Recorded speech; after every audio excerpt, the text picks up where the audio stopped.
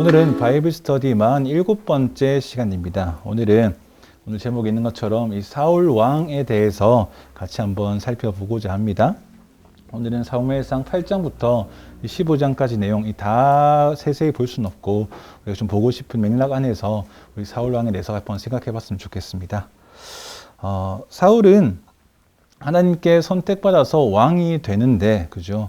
근데 왕이 될 뿐 아니라 곧장 왕이 된 이후에 하나님께 버림받는 한 왕입니다. 그죠? 하나님께로부터 선택받고 또 버림받기까지 그 사이에 어떤 일이 있었는지를 좀 같이 볼 텐데, 우리 먼저 사무엘상 8장 5절 한번 같이 읽어보겠습니다. 시작. 그들이 사무엘에게 말했습니다. 이제 당신은 늙었고 당신 아들들은 당신이 행한 길을 가고 있지 않습니다. 그러니 우리에게 왕을 세워주셔서 다른 모든 나라처럼 왕이 우리를 다스리게 해 주십시오. 아멘. 여기서 그들은 이제 이스라엘 장로들과 이스라엘 백성입니다. 이스라엘 백성들이 어느 날 사무엘에게 몰려와서 한 가지 요구를 하는데, 그들은 무슨 요구를 합니까? 왕을 세워달라고 요구합니다. 그죠? 왜냐하면 사무엘은 나이가 들었고 이제 죽을 날이 그렇게 많이 남지 않는 것 같고, 사무엘의 대를 이을 아들들을 보니까 이상하게 사무엘은 괜찮은데 사무엘의 아들들은 좀 어딘가 이상한 것입니다. 3절에 보면 사무엘의 아들들이 어떠한가를 말씀해 주는데, 그들은 뇌물을 받고 잘못된 판결을 하는 좀 부패한 인물로 나오는 것이 이 사무엘의 아들들입니다. 그것이 이제 이들이 왕을 세워 주십시오라고 얘기하는 근거가 됩니다. 사무엘, 당신은 늙었고 당신의 아들들은 부패했습니다라는 것이죠.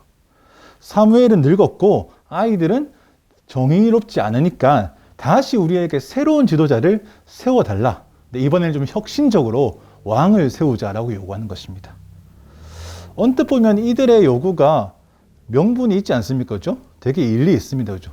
사무엘이 나이가 많고 아들들은 정의롭지 않다. 다시 새로운 지도자를 세워달라는 것입니다. 명분이 굉장히 좋은데 사실은 그것은 정말로 명분일 뿐이었고, 그들이 진정으로 왕을 원하는 이유, 그들의 본심은 따로 있었습니다. 그들의 본심은 무엇입니까? 우리가 다른 모든 나라처럼 되자라는 것입니다.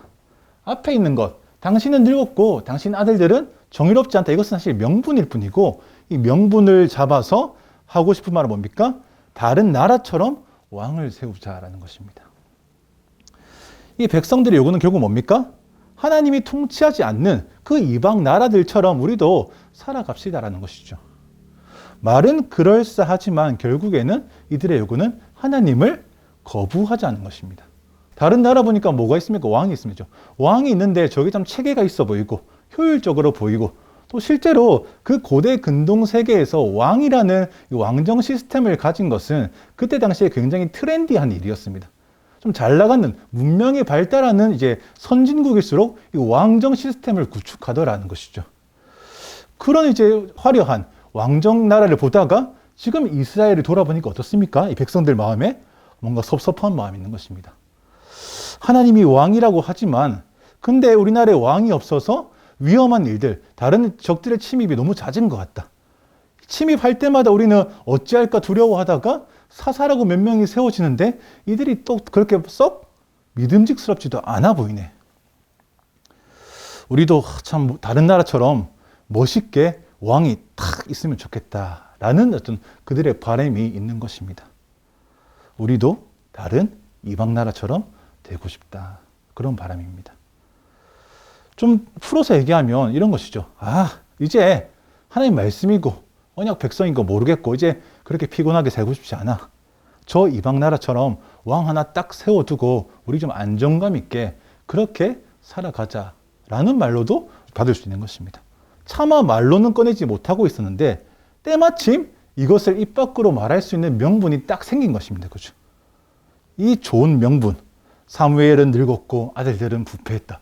이 좋은 명분을 잡아서 우리도 다른 나라처럼 이제 왕을 가지자라고 했을 때 다른 일반 사람들은 실제로 그러하네 라고 다 넘어갔을 것입니다. 근데 명분이 그럴싸해도 하나님을 속일 수는 없는 것입니다. 그죠? 하나님은 명분에 속지 않으십니다. 하나님은 인간의 현올림에 속지 않으시고 그 마음의 중심을 정확하게 보는 분이시죠.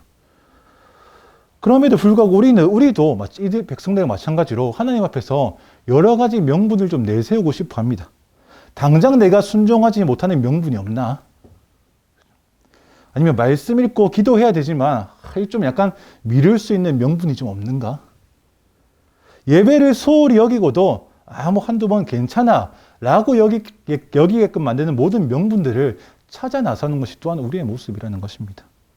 심지어 그래 그때 어쩔 수 없이 그런 죄를 지을 수밖에 없었어 라고 죄를 지을 명분까지도 찾아다니는 것이 우리의 모습입니다. 하지만 그 어떤 명분을 다 내세우든 소용없는 것입니다. 왜요? 하나님은 우리의 말에 속지 않으시고 우리의 마음을 정확하게 우리의 중심을 다 보시기 때문에 그렇습니다. 이 이스라엘의 명분이 훌륭한 이 요구를 하나님께서는 이거 하나님이 이스라엘 왕이신 것을 거부하는 것이라고 판단하셨습니다. 그렇게 여기셨습니다. 그래서 사무엘이 하나님의 말씀 앞에서 이 이스라엘 백성들을 설득했습니다. 그죠? 왕정 너무너무 위험하다. 아직 아니야. 이것이 너에게 얼마나 나쁜 영향을 줄 것인지 계속 다 설명을 하죠. 그럼에도 불구하고 기회를 놓칠 수 없었던 이스라엘은 꿈쩍도 하지 않습니다. 그죠? 왕을 달라. 그래서 결국 그들이 왕을 얻게 됩니다. 이렇게 세워진 왕이 바로 누구입니까? 사울 왕인 것입니다. 그럼 사울이 왕으로 세워지는 과정은 이제 두 단계로 진행되는데 첫 번째 단계는 뭐냐면 사울이 사무엘에게 개인적으로 만나서 기름 부음 받는 왕으로 지명당하고 기름 부음 받는 것이 첫 번째입니다. 사무엘상 9장 3절 읽어보겠습니다. 시작.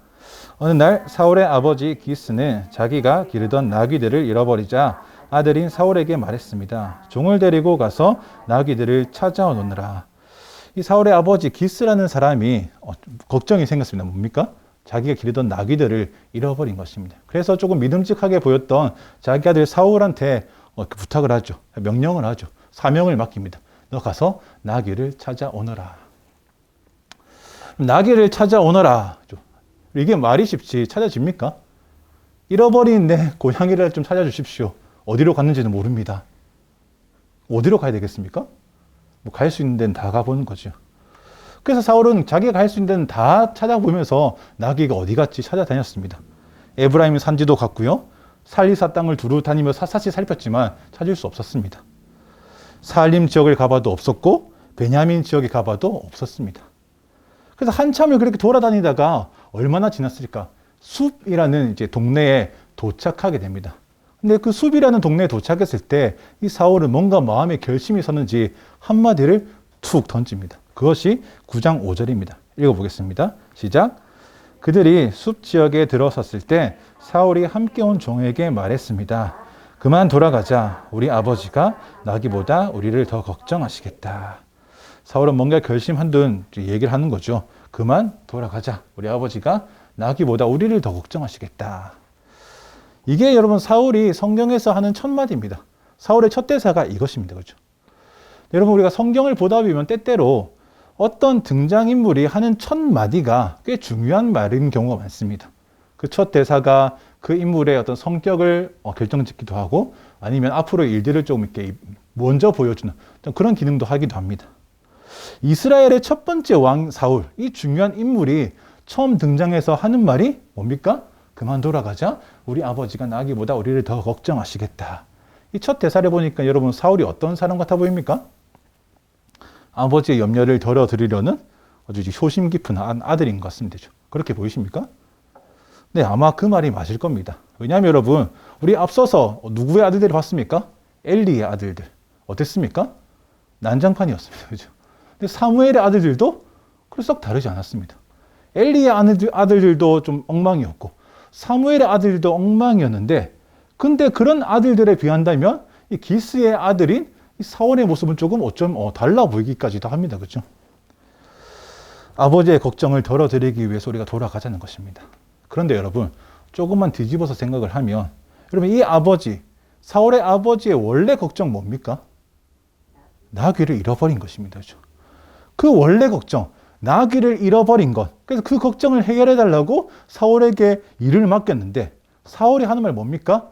그만하고 돌아가자는 것입니다. 그러니까 지금 사울은 아버지께 받은 사명을 완수하지 못한 채 포기하고 돌아가자라는 것입니다. 이게 사울이 하는 첫 대사입니다. 사울의 첫 대사 뭡니까? 내가 받은 사명을 포기하겠다라는 말이죠.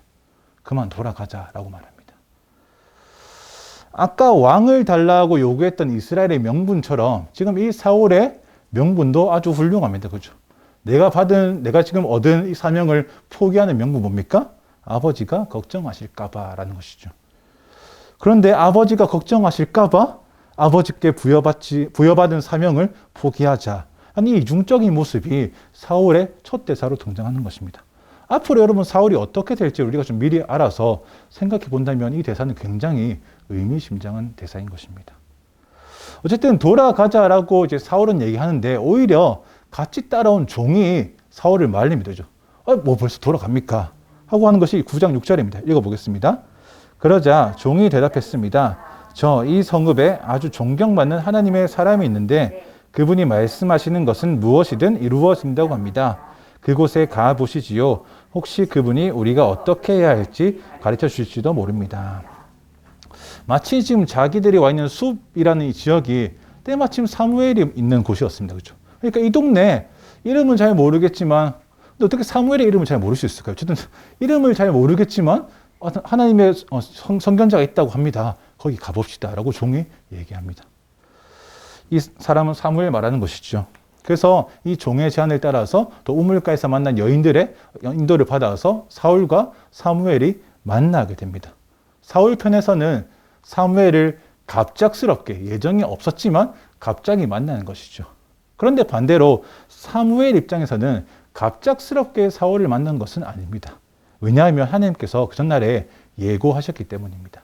우리 9장 15절에서 16절입니다. 읽어보겠습니다. 사울이 오기 전날 여호와께서는 사무엘에게 이 일에 대해 말씀해 놓으셨습니다. 내일 이 시간쯤 내가 베냐민 땅에서 한 사람을 보낼 것이다. 그에게 기름 부어 내 백성 이스라엘의 지도자로 삼아라. 하나님께서 사무엘에게 내가 기름 부어서 왕으로 세울 자를 보내주겠다라고 말씀하셨고 그렇게 딱 기다리고 있으니까 그 말씀이 이루어지면서 사울이 제 발로 걸어오고 있는 것입니다. 사무엘은 다른 것을 잴 필요가 없지요. 그래서 사울하고 시간을 보내다가 10장 1절에 기름 부어서 너를 지도자로 삼았다라고 선언합니다. 10장 1절 읽어보겠습니다. 시작. 그리고 나서 사무엘은 기름병을 가져다가 사울의 머리에 붓고 입을 맞추며 말했습니다. 여호와께서 당신에게 기름 부어 그 유업을 다스릴 지도자로 삼으셨어. 이렇게 하는 사울은 하나님께 기름 부음 받은 이스라엘의 지도자, 왕이 되었습니다. 근데 이 장면은 사실 사무엘과 이 사울, 이 두 사람만 있는 장면이죠. 근데 이제 이 장면은 하나님께로부터 왕됨을 선언받은 것이지만 또 그 다음 단계에서는 많은 이스라엘 백성들을 모아놓고 공식적으로 왕을 뽑는 일이 또 진행됩니다. 그것이 미스바에서 이스라엘 백성을 뽑아놓고 하는 두 번째 일입니다. 모든 지파 앞에서 왕으로 뽑히는 것입니다. 이것이 사무엘상 10장 20절에서 24절까지인데 같이 한번 읽어보겠습니다. 시작. 사무엘이 모든 이스라엘 지파들을 가까이 불러 제비를 뽑자 베냐민 지파가 뽑혔습니다. 그러고 나서 그가 베냐민 지파를 가족별로 앞으로 나오게 하자 이번엔 마드리의 가족이 뽑혔습니다. 마지막으로 기스의 아들 사울이 뽑혔습니다. 그러나 그들이 사울을 찾았으나 보이지 않았습니다. 그래서 그들은 여호와께 다시 물었습니다. 그 사람이 여기에 왔습니까? 그러자 여호와께서 대답하셨습니다. 그렇다. 그는 짐짝 사이에 숨어 있다. 사람들이 달려가 사울을 데려왔습니다. 사울이 백성들 사이에 서자 그는 다른 사람들보다 어깨 위만큼이나 컸습니다. 사무엘이 모든 백성들에게 말했습니다. 너희는 여호와께서 선택하신 사람을 보라. 모든 백성 가운데 이만한 사람이 없도다. 그러자 백성들은 우리 왕 만세를 외쳤습니다. 아멘. 사울이 왕이 되는 두 가지 과정은 첫 번째, 사무엘과 개인적으로 만나서 기름 부음 받는 것. 두 번째, 미스바에서 공식적으로 왕으로 뽑히는 것입니다. 이렇게 이스라엘 왕으로 지도자로 이제 임명된 사울에게 하나님의 영이 임합니다. 하나님의 영이 임하니까 사울에게 일어난 변화는 뭐냐면 그의 말에서 역사가 일어난다는 것입니다. 10장 10절 좀 다시 한번 읽어보겠습니다. 시작. 그들이 기브아에 도착하자 예언자 무리가 사울을 맞았습니다. 하나님의 영이 능력으로 사울에게 임하자 사울도 그들과 함께 예언하게 됐습니다. 이 장면은 사무엘에게 기름 받은 다음에 이제 일어난 장면인데 왕으로 기름 부음 받은 사울에게 하나님의 영이 임해서 사울이 어떤 자가 됩니까? 예언하는 자가 됩니다. 하나님 말씀을 맡아서 하나님 말씀을 가지고 선언하는 자가 된다는 것입니다. 이것이 사울에게 일어난 첫 번째 말의 변화고 두 번째 말의 변화는 뭐냐면 믿음으로 담대하게 승리를 선포하는 자가 된다는 것인데 이것은 11장에 나온 얘기입니다. 11장에는 갑자기 이 암몬 사람 나하스가 이스라엘 길앗 야베스에 쳐들어옵니다. 근데 길앗 야베스 사람들은 그래 좀 상황을 좀 좋게 풀어보고자 사실은 패배를 직감하고 우리하고 동맹 맺으십시다. 우리랑 이제 조약을 맺어서 그렇게 좀 이렇게 싸우지 말고 있읍시다라고 했는데 이 암몬 사람이 어떻게 합니까? 우리랑 조약을 맺고 싶으면 너희 뭐 해라. 오른쪽 눈을 다 뽑아와. 그러면 내가 한번 생각해 볼게. 라고 사실 조약을 맺자는 말에 응하는 것이 아니라 이스라엘을 조롱하고 모욕하는 것이죠. 난감해진 이 사람들이 엉엉 울기 시작합니다. 그렇죠? 근데 우리의 왕 사울은 그 소리를 듣고 가서 무슨 일이냐 물어보죠. 그 여차해서 저 사람이 저렇게 합니다. 라고 하니까 이때 사울에게 하나님의 분노, 하나님의 마음이 품어져 가지고 하나님의 분노, 그 정의로운 분노를 가지고 전쟁을 선언하고 그리고 그 전쟁 가운데 너희가 구원받을 것이 우리가 승리할 것이다라고 그 믿음의 선포를 해버리는 것이 사울의 두 번째 변화입니다. 뭐다? 첫 번째는 예언하는 자, 하나님 말씀을 받아서 이야기하는 자가 되는 것이고 두 번째는 전쟁을 선언하고 그 가운데 믿음으로 승리를 선포하는 것이 사울에게 일어난 이 두 가지 변화라는 것입니다. 그런데 여기까지가 이제 10장 11장인데 10장 11장까지가 그래도 사울이 하나님 영으로 충만해서 잘 나가는 장면인데 근데 계속 끝까지 갔으면 좋았겠지만 13장부터 사울이 이상한 선택을 하기 시작합니다. 13장 9절 한번 읽어보겠습니다. 시작. 그래서 사울은 내게 번제물과 화목제물을 갖고 오라 하고 명했습니다. 그리고 사울은 번제를 드렸습니다. 이러니 갑자기 무슨 장면입니까? 갑자기 사울이 번제물과 화목제, 이 제사죠, 그죠? 제사를 드릴 제물을 자기한테 가지고 와. 그리고 사울은 번제를 자기가 드렸다는 것입니다. 지금 이 장면은 블레셋과 전쟁을 하는 중인데 이 블레셋과의 전면전에 앞서 이 제사를 드려야 됐습니다. 근데 하나님께 드리는 제사는 오직 다른 사람이 아무도 할 수 없고 지명된 제사장을 통해서만 하는 것이다라고 그렇게 말씀하셔서 그게 하나님의 법입니다. 그죠? 그런데 제사장이 사무엘이 약속된 시간에 오지 않고 이 전쟁을 앞두고 이 제사도 시작되지 않으니까 백성들이 웅성웅성거리면서 불안해하기 시작합니다. 몇몇은 벌써 도망가고 사라지고 있습니다. 근데 엎친 데 덮친 격으로 블레셋이 벌써 이만큼 다가오고 있는 것입니다. 지금 시간이 없다라고 여겨지는 것이죠. 사무엘이 오지 않고 제사장이 오지 않고 백성들은 도망가고 적군은 가까이 다가오는 이 긴급한 상황 속에서 여러분 사울이 했어야 되는 것은 어떤 것입니까? 1번 백성을 다독이면서 야 지금 우리가 좀 혼란스럽지만 사무엘 곧 오겠지. 제사만 딱 드리고 하면 하나님 우리에게 승리 주실 거야 라고 그들을 좀 다독거리면서 마음을 붙잡아야 하는 것이 사울의 일입니까? 아니면 2번 백성의 마음은커녕 내 마음도 지금 혼란해 죽겠는데 빨리빨리 다 해버리자. 뭐 제사장 뭐 필요해. 내가 왕인데 한번 번제 드리면 나중에 해명하면 되지 라는 것입니다. 사울은 여기서 2번을 선택합니다. 내가 왕인데 사무엘이라고 어쩔 거야. 내가 제사를 드리고 말겠다라는 것입니다. 근데 사울이 번제를 드리자마자 사무엘이 바로 도착합니다. 그래서 아주 묘한 상황이 나오는 거죠. 사무엘이 도착하려고 하는데 그래서 어디선가 타는 냄새 나는 것입니다. 그죠? 이게 무슨 타는 냄새지? 타는 냄새가 좀 내가 많이 맡아본 냄새인데 이거 번제 때 나는 냄새인데 왜 타는 냄새가 나지? 설마? 설마. 아무리 사울이 아니겠지. 라고 가까이 가는데 가까이 가서 보니까 어떻습니까?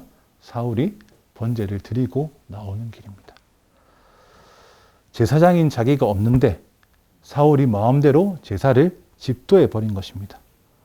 이 어처구니 없는 상황에 여러분 사무엘도 당황을 했겠죠. 수십 년간 제사장 생활에 이런 적 처음입니다. 그래서 이 어처구니 없는 상황을 한번 설명해 봐라 라고 사울에게 말합니다. 그때 사울이 얘기합니다. 13장 11절에서 12절입니다. 읽어보겠습니다. 사무엘이 물었습니다. 지금 무슨 짓을 하고 있는 것이요? 사울이 대답했습니다. 백성들이 도망치기 시작하는데 당신은 정한 시간에 오지 않고 블레셋 사람들은 믹마스로 모여들고 있었습니다. 그때 이제 블레셋 사람들이 나를 치러 길갈에 내려올 텐데 아직 여호와의 은혜도 구하지 않았구나 하는 생각이 들었습니다. 그래서 마음이 다급해져 알 수 없이 번제를 드렸습니다. 사울이 지금 무슨 말 하고 싶은 것입니까? 그래 내가 번제를 드리긴 했는데 정황상 어쩔 수 없었다는 것입니다. 11절에 보면 백성은 도망가지, 사무엘은 당신은 오지도 않지, 적군들은 오고 있지. 마음이 다급해져서 어쩔 수 없는, 누구라도 내 자리에 있으면 똑같은 선택을 했을걸? 이라고 그렇게 변명하는 중입니다. 그렇죠? 사실 인간적으로 보면 뭐 그럴 수도 있겠다라고 쉽죠. 굉장히 다급한 상황처럼 보이니까. 그렇지만 하나님은 그런 명분에 속지 않으신다는 것입니다. 다른 나라처럼 왕을 세워달라 하던 그 백성들의 명분과 그들의 본심을 구분하셨듯이 지금 사울의 말도 명분은 그런 상황이지만 그의 본심, 그의 깊은 내면 가운데 있는 마음은 어떤 것입니까? 제사를 그저 번제물 홀라당 다 태워버리는 것으로 끝이라고 여기는 것입니다. 이 생각은 완전히 틀렸고 또 굉장히 위험한 생각이죠. 왜냐하면 제사는 그냥 제물을 다 태우는 것 자체가 목적이 아니기 때문에 그렇습니다. 제물을 다 태워버리는 데 목적이 있는 것이 아니고 그 모든 과정 하나하나가 죄를 속죄하고 속죄함 받는 예수 그리스도의 예표가 되는 그 모든 일들, 그 의식 하나가 다 의미가 있는 것이죠. 사울은 그저 제물만 다 태워버리면 되지 라고 가볍게 생각했지만 하지만 그것은 제물을 다 태우는 것이지 온전한 제사가 아니라는 것입니다. 물론 사무엘이 왔어도 제물을 다 태웠을 것입니다. 결과적으로는 똑같지 않냐 할 수 있겠지만 완전히 다른 것이죠. 지금으로 치면 여러분 우리가 예배에 그냥 출석했다고 해서 예배의 출석률이 높다고 해서 내가 온전한 예배자냐 했을 때 그렇지 않다는 것입니다. 온라인 예배를 드려도 그냥 시간 맞춰서 영상을 플레이했다. 이것으로만 만족하면 안 된다는 것입니다. 여러분 예배를 온전히 드린다는 것은 예배의 출석률이 높다는 것만을 의미하지 않습니다. 그렇죠? 물론 예배 자리 지키는 것은 굉장히 중요합니다만 그것이 시작이라는 것입니다. 몸만 가 있는다고 해서 그렇죠? 몸만 영상 앞에 있는다고 해서 그것이 하나님 찾으시는 산 제사가 아니라는 것입니다. 요즘 여러분 예배한다는 것을 좀 오해하는 분들이 많은 것 같습니다. 원래도 사실 좀 그랬는데 코로나 이후로 더 크게 오해하는 것이 뭐냐면 그저 설교를 들었다라는 것만으로 내가 예배를 했다라고 오해하는 것입니다. 마치 제물을 다 태웠다. 그러니까 온전한 예배가 제사가 되었지라고 생각했던 이 사울처럼 설교를 들었다. 사실 설교를 들은 것인데 이것이 예배를 했다라고 조금 더 크게 생각한다는 것입니다. 제가 어디서 여러분 그 온라인 예배 접속률을 조사한 것을 봤습니다. 그러니까 여러분 유튜브 보면 사람들이 언제 접속을 많이 했냐 빠진 얘기를 다 볼 수 있죠. 그래서 이 온라인 예배를 좀 통계를 보니까 그래프가 이렇다는 것입니다. 예배 시작할 때는 이렇게 있다가 계속 유지되다가 말씀 시작하면 이렇게 되다가 말씀이 끝날 쯤에 이렇게 돼서 간다는 것입니다. 찬양하고 대표 기도할 때까지만 해도 접속률이 저조한데 기다렸다는 듯이 설교만 시작되면 이렇게 같이 높아졌다가 설교가 끝날 때쯤에 쑥 사라지더라. 이게 뭘 의미합니까, 여러분? 생각보다 많은 사람들이 설교를 들었으니까 나는 예배를 했다라고 생각하는 것을 반증하는 것이죠. 사실 여러분, 이건 온라인 예배가 없을 때도 마찬가지였습니다. 그렇죠? 제가 교회 다니면서 얼마나 많은 사람들이 앞에 찬양할 때는 안 보이다가 설교할 때 쏙 들어와서 그렇죠? 설교 마치자마자 쏙 나가는 얼마나 많이 봤는지 모릅니다. 그렇죠? 물론 그 자리에 안 오는 것보다 낫겠지만 그것을 가지고 그 사람의 예배가 온전하다라고 말할 수 있지 않다는 것입니다. 설교를 듣는 것과 예배를 드리는 것은 조금 다른 개념이기 때문에 그렇습니다. 그래서 여러분 저는 유튜브 시대가 되면서 다양하게 말씀 듣는 사람들, 다양하게 설교 듣는 사람은 굉장히 많아졌는데 오히려 온전한 예배를 드리는 사람은 아주 적어진 이런 기이한 시대 속에서 우리가 있는 것 같습니다. 우리 언니집 교회는 이 온전한 예배를 드리는 성도님 되시기를 축복합니다. 어쨌든 사울이 하나님 말씀을 어겨놓고 어쩔 수 없었다라고 명분을 내세우는 이 일은 또 반복됩니다. 사무엘상 15장 9절에서 11절 읽어보겠습니다. 시작. 사울과 그의 군대는 아각뿐만 아니라 양과 소들 가운데 가장 좋은 것과 살진 송아지와 어린 양들을 비롯해 좋은 것들은 없애지 않고 남겨두었고 보잘것없고 약한 것들만 없애버렸습니다. 그러자 여호와의 말씀이 사무엘에게 임했습니다. 내가 사울을 왕으로 삼은 것을 후회한다. 그는 내게서 등을 돌리고 내 지시를 따르지 않았다. 사무엘은 마음이 아파서 그날 밤 내내 여호와께 부르짖었습니다. 갑자기 상황이 지금 최악으로 치닫았습니다. 그죠? 무슨 상황이냐면 지금 아말렉하고 전쟁을 하는 장면입니다. 근데 이 전쟁하기 시작하기 전에 하나님께서 직접 말씀하셔가지고 이 전쟁 완전히 다 진멸해야 되는 전쟁이다. 그러니까 하나도 전리품을 남기지 마라. 다 없애버리고 뭐 하나 챙겨 나올 생각이라고는 하지 마. 이 전쟁은 진멸하는 전쟁이야. 라고 딱 그렇게 못 박아서 말씀해 주셨는데, 근데 9절에 보니까 사울이 이 좋아 보이는 좀 탱탱한 어떤 가축을, 살진 송아지를, 어린 양을 전리품으로 이만큼 취해서 다 가져 나옵니다. 하나님께서 진멸해, 이 전쟁을 진멸하는 전쟁이라고 선언하셨음에도 불구하고 이 무슨 생각인지 아주 자연스럽게 이 살찐 송아지와 어린 양들을 챙겨서 나오는 것이 지금 사울의 모습이라는 것입니다. 이 상황을 보고 지금 사무엘은 또 어처구니가 없는 것입니다. 그죠? 사무엘도 이 스트레스가 장난 아니었을 것입니다. 이 어처구니 없는 상황을 또 사울에게 그래 한번 입이 있으면 설명해봐라. 왜 그랬는지 라고 이야기하죠. 그 이야기하는 것이 18절에서 21절까지입니다. 읽겠습니다. 시작. 여호와께서 당신에게 가서 저 악한 아말렉 사람들을 모조리 없애버려라. 저들과 싸워서 하나도 남기지 말고 진멸시켜라 하고 명령을 내리셨소. 그런데 어째서 여호와께 순종하지 않았소? 어째서 약탈하는데 급급해서 여호와 앞에서 악한 일을 행했소? 사울이 말했습니다. 아닙니다. 나는 여호와께 순종했습니다. 여호와께서 내게 지시하신 명령대로 아말렉 사람들을 완전히 쳐부수고 그들의 왕 아각을 잡아온 것입니다. 군사들이 길갈에서 당신의 하나님 여호와께 제사를 드리기 위해 없앨 것들 가운데서 가장 좋은 소와 양을 취한 것입니다. 아까 13장에서 사무엘 대신 제사를 드렸을 때 사울은 그래도 뭔가 억울함을 호소하는 뉘앙스였는데 지금 15장에서는 오히려 당당하고 설득력 있고 자신감 있게 자신의 입장을 밝힙니다. 그렇죠?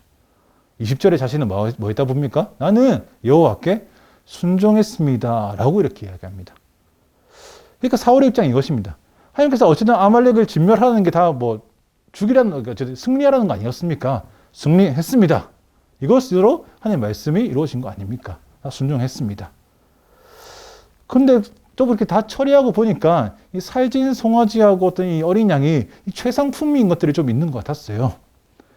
좀 죽이기 좀 아까웠다라는 것이죠.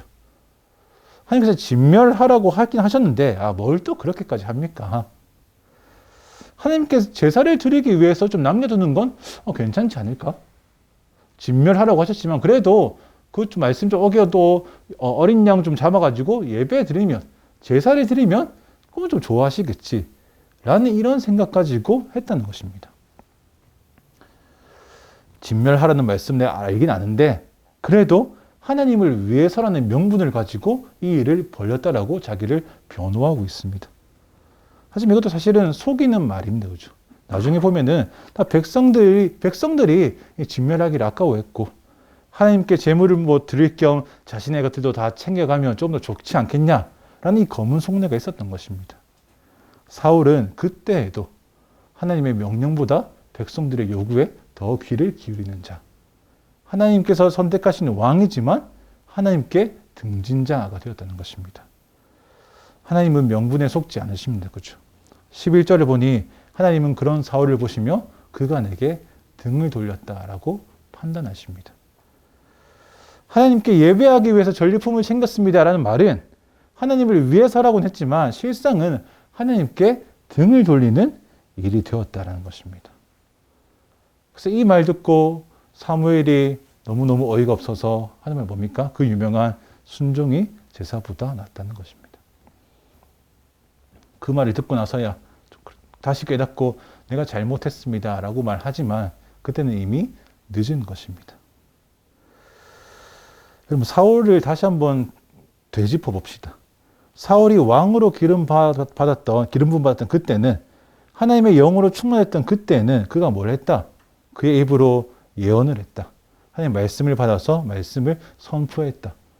또 하나님 영으로 충만해서 전쟁을 믿음으로 선포하고 믿음으로 승리를 또 선언했다는 것입니다.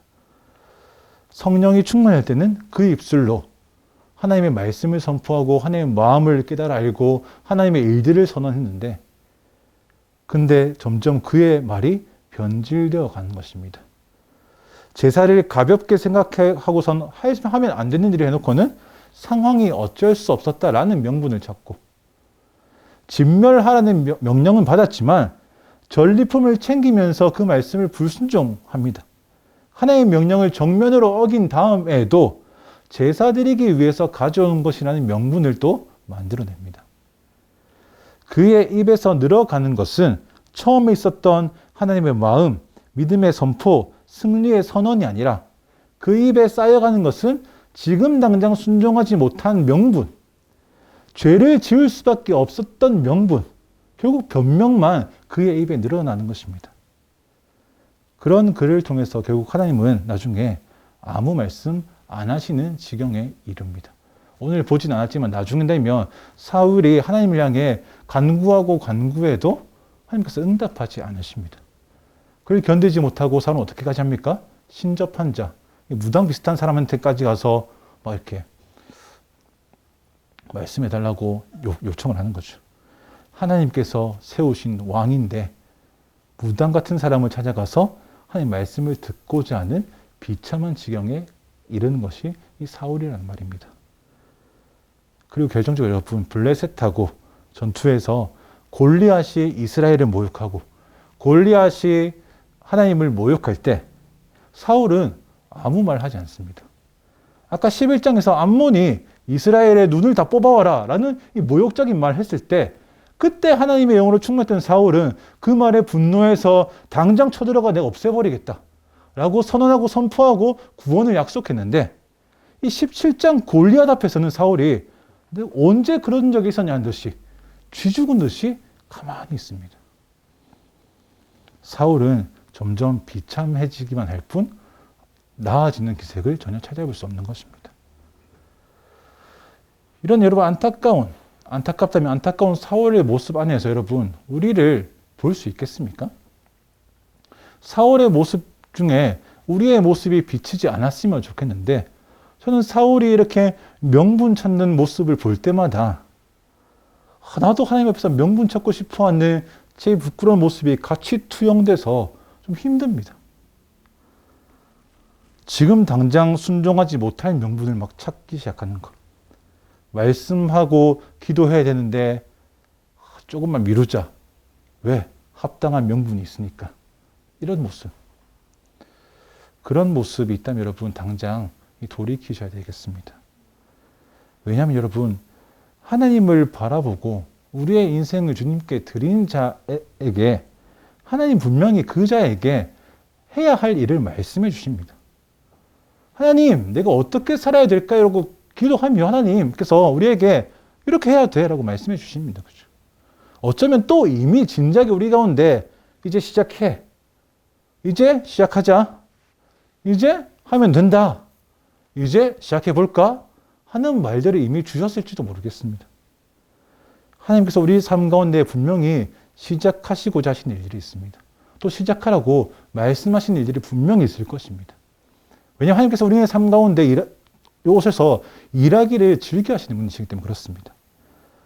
하나님께서 우리에게 무언가를 시작하라고 말씀하실 때 설령 우리에게 그 일을 시작하지 않고 미루기 딱 좋은 명분이 수십 가지가 있다 하더라도 그런 명분을 찾는데 우리의 마음을 요만큼도 쓰지 않고 하나님 하라고 하셨으니 하겠습니다. 하라고 하셨으니 지체하지 않겠습니다. 이제 시작하라고 하신 그 일 내가 시작하겠습니다. 라고 하는 믿음의 고백이 넘치시기를 축복합니다. 기도하겠습니다.